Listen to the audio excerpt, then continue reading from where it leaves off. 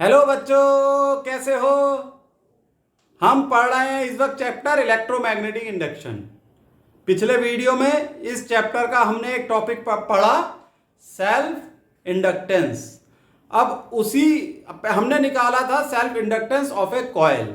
अब हम यहां आज इस वीडियो में निकालेंगे self inductance of a long solenoid. ये एक डेरिवेशन है जो कि बोर्ड के एग्जाम्स में आ जाती है। नीट और जेई के स्टूडेंट्स भी इस डेरिवेशन को समझें, क्योंकि डेरिवेशन से कंसेप्ट डेवलप होता है और कभी कभी conceptual question objective type question के फॉर्म में आ जाते हैं, तो उनको भी इस डेरिवेशन से फायदा होगा। अच्छा, समय बचाने के लिए करना है कुछ काम, इसलिए मैंने काफी कुछ बोर्ड पे पहले से ही लिख दिया है। देखो, लॉन्ग सोलेनॉइड के बारे में पढ़ेंगे हम, self induction of a long solenoid. तो ये एक लॉन्ग सोलेनॉइड बनाया है, इसकी लेंथ है L और R क्या है, रेडियस ऑफ द कॉइल। ये जो रेडियस है ना, ये जो कॉइल बनी हुई है सोलेनॉइड, इनकी रेडियस है R। N number of turns of the coil और स्मॉल n क्या है, number of turns per unit length. इस कॉइल में I करंट फ्लो कर रहा है। अगर इसमें I करंट फ्लो कर रहा है, मैंने अगर शब्द का प्रयोग क्यों किया, क्योंकि ये एक वेरिंग करंट है जो कि समय के साथ बदल रहा है। कभी ये करंट समय के साथ बढ़ जाता है और कभी ये समय के साथ घट जाता है। तो अगर ये I करंट फ्लो कर रहा है तो मैग्नेटिक फील्ड कितना डेवलप होगा, ये लिख लो, magnetic field inside the solenoid.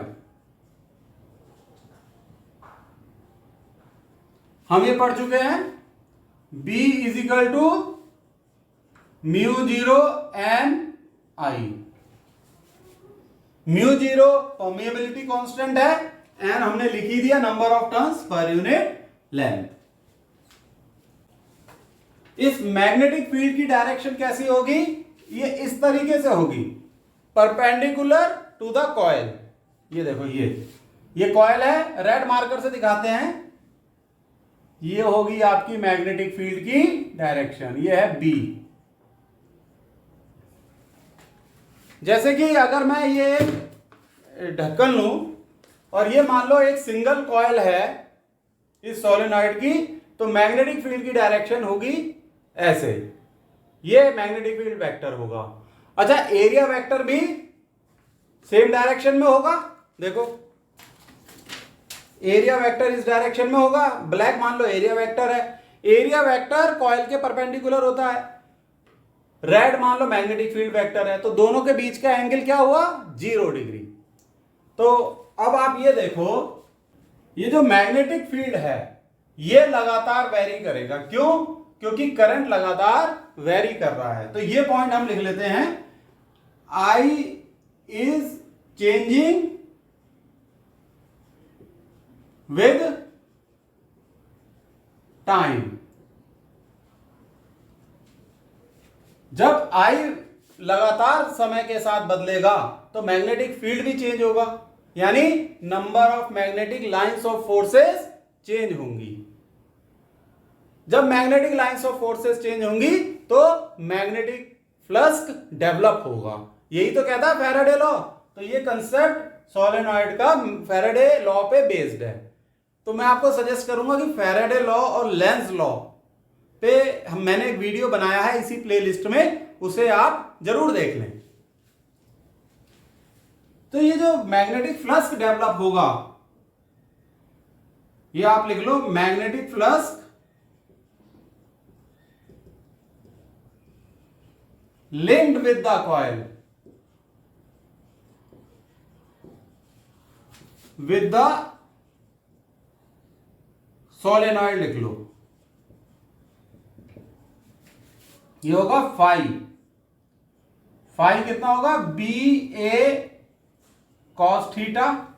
Theta अभी मैंने समझाया कि 0 डिग्री होगा, ठीक है, यहां तक तो सही है। तो लिख लो theta is 0 degree, therefore phi is equal to B into A. Magnetic flux हो जाएगा B into A. Magnetic field की वैल्यू बी की वैल्यू हम इस इक्वेशन में रख देते हैं, ठीक हो जाएगा। चलो यहां रख देते हैं, फाई इक्वल टू बी की जगह अगर mu 0 N I, mu 0 N I into ए। सही है, यहां तक तो एकदम क्लियर है बच्चों। ये नोट डाउन कर लो, फिर मैं इसे रब कर देता हूं। स्क्रीन पॉज करके नोट कर लो। चलो ये 3 लाइन नोट रब कर देते हैं, इसी में हमारी डेरिवेशन पूरी हो जाएगी। अब आप ये देखो कि मैग्नेटिक फ्लक्स लिंक, यहां सोलेनॉइड की जगह कॉइल कर लो, क्योंकि ये जो फाई है ये magnetic flux link with 1 coil है, ये कॉइल। अच्छा एक चीज ये देखो, number of turns per unit length, ये स्मॉल एन है तो एन तो टोटल नंबर ऑफ टर्न्स हो गए, पर यूनिट लेंथ है तो एल से डिवाइड हो जाएगा। तो स्मॉल एन की वैल्यू हो गई कैपिटल एन बाय एल। अब हम यहां पर आ जाते हैं, ये मैग्नेटिक फ्लक्स एक कॉइल में है इन अ सिंगल कॉइल, तो टोटल मैग्नेटिक फ्लक्स कितना हो जाएगा? टोटल मैग्नेटिक फ्लक्स ये होगा आपका फाई टी। एक कॉइल में तो फाई है, टोटल नंबर ऑफ टर्न्स है एन, तो एन से मल्टीप्लाई हो जाएगा। देखो ठीक है, इसमें कोई डाउट नहीं होना चाहिए। फाई की वैल्यू रख दो यहां से, ये हो जाएगा एन म्यू 0 एन आई इंटू ए। देखो ये भी क्लियर है। अब स्मॉल एन की जगह रख दो कैपिटल एन बाय एल, तो ये हो जाएगा n mu 0 n by L I into A. ये हो गया आपका टोटल मैग्नेटिक फ्लक्स। तो ऐसे लिख सकते हैं phi total equal to mu 0 n into n हो जाएगा n square by L A into I. तो ये नोट कर लो आप, magnetic flux linked with the solenoid, मतलब टोटल मैग्नेटिक फ्लक्स। ये फॉर्मूला भी इंपॉर्टेंट है, इसको हम बॉक्स में कर देते हैं। ये न्यूमेरिकल्स में ये फॉर्मूला बहुत काम आता है। मैं नीचे का रब कर रहा हूं, नोट कर लिया होगा आपने।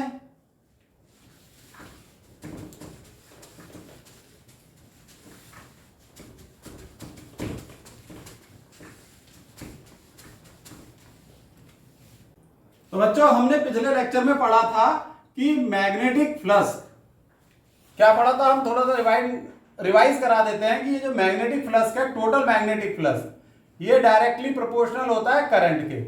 जितना करंट बढ़ेगा उतना मैग्नेटिक फील्ड फ्लक्स बढ़ेगा, जितना करंट कम होगा उतना ही मैग्नेटिक फ्लक्स भी कम होगा। और कांस्टेंट ऑफ प्रोपोर्शनैलिटी हटाने के लिए इसे हम कर देते हैं एल इंटू आई। एल क्या होता है? कोफिशिएंट ऑफ सेल्फ इंडक्टेंस, और हम यहां सेल्फ इंडक्टेंस सोलेनॉइड की ड्राइव कर रहे हैं। तो phi T is equal to L I, तो यहां फाई टी की जगह रख देंगे हम L I. L I equal to mu 0 n square L A into I. I से आई कैंसिल, सही है। तो ये L equal to mu 0 n square by L into A. तो ये बहुत इंपॉर्टेंट फॉर्मूला आपके सामने आ गया। ये डेरिवेशन कई बार बोर्ड में आ जाती है, इससे रिलेटेड न्यूमेरिकल नीट जेई और बोर्ड में पूछ लिया जाता है। सही है बच्चों, इसे समझ गए? देखो इसे नोट डाउन कर लो। तो बच्चों ये डेरिवेशन सिंपल है, छोटा सा वीडियो है, कुछ बातें याद रखना। म्यू जीरो परमिएबिलिटी कांस्टेंट है, अगर मीडियम एयर और वैक्यूम है तो अगर मीडियम चेंज हो जाता है तो अकॉर्डिंगली म्यू जीरो की वैल्यू भी चेंज हो जाती है। दूसरी बात ये याद रखना कि अगर कॉइल सर्कुलर है, उसकी रेडियस आर है, तो एरिया हो जाता है पाई आर स्क्वायर। सिंपल पॉइंट्स हैं लेकिन आपको पता होने चाहिए। तो ये आज के लिए ये छोटा सा वीडियो, ठीक है बच्चों, मेहनत से पढ़ो। ठीक, ओके, बाय, सी यू।